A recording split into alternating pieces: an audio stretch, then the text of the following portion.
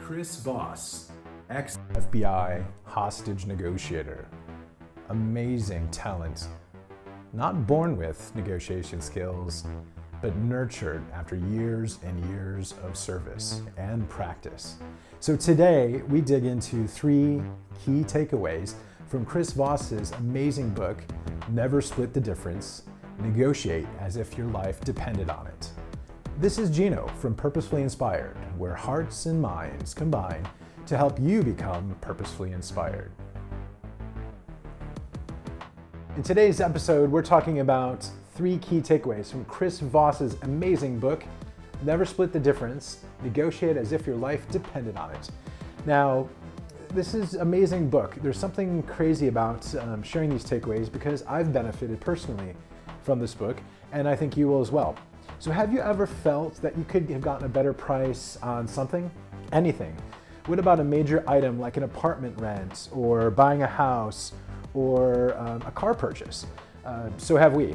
So first off, let me say that negotiating is not something that comes natural to many people. Negotiating is something that takes practice. To learn how a proven approach to successfully negotiating, let's dig into our 3 key takeaways from Chris Voss's epic book on negotiating, entitled Never Split the Difference, Negotiate as if your life depended on it. So the first takeaway is the late night FM DJ voice. So is it any wonder so many people listen to radio talk shows and subscribe to that and the suggestions of the DJ? Chris Voss suggests being smooth and soothing, deep and soft and reassuring, positive, easygoing, good-natured. So when you relax, when you smile while you're talking, it has an impact tonally that the other person on the other side of the conversation will pick up on, even causing them to smile and react positively.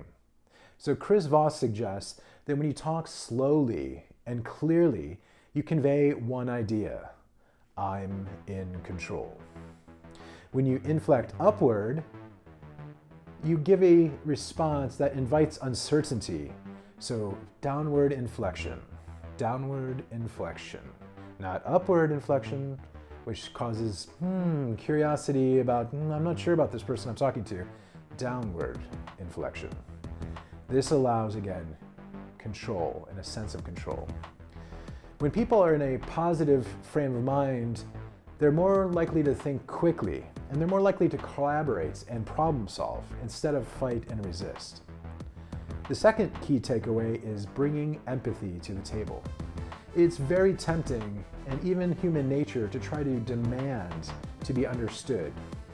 But have you considered the situation of the person you're working to get a deal with?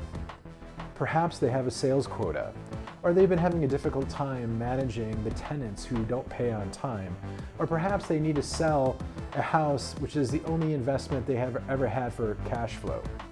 So when you empathize and you try to get on the same page with the person that you're working with, that helps them bring it down to a human level for which they're more likely to work with you. So be willing to understand and speak what you believe the other person is in a situation. This is called tactical empathy. An example is, it looks like this item still means a lot to you and you don't want to sell it. You don't want them to get to a yes, you really want to get them to a no, I do want to sell it, but you want it to come out naturally. Or it looks like you value the quality of your work and that of your team members, which may be very true. Try to bring out the good qualities that you notice in the individual. This is, again, tactical empathy. And empathy is the ability to recognize the perspective of the counterpart and vocalize the recognition. Or it can be just paying attention to another human being, asking what they're feeling, and making a commitment to understand their world. So that is really kind of the key to empathy.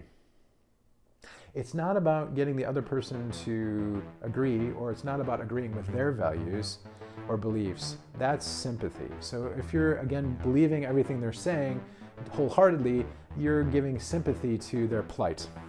But rather it's trying to understand from their human perspective. If you're successful, you'll get a "that's right" instead of a "yes." So again, your target is not getting a yes. Your target response is "that's right." That is when the person feels understood and that you have successfully gotten to a point with your tactical empathy.